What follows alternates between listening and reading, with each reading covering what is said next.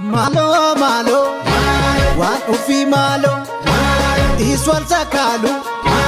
cimsan si caalu madamo goleedha taatu summiidha yoomittu beekne walkomiif geenye malo malo malo malo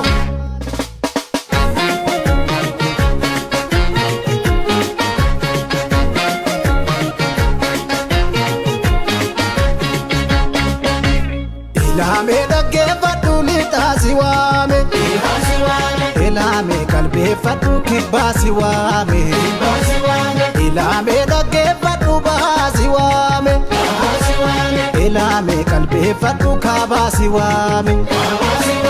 Waleeko waleeko waliin taphachuunu gadii kaffalleetti agas wal arguunu michuunu fakkaate kan nyaatee nu nyaatu gantuuf ta'an wallee hedduu jira ijoollee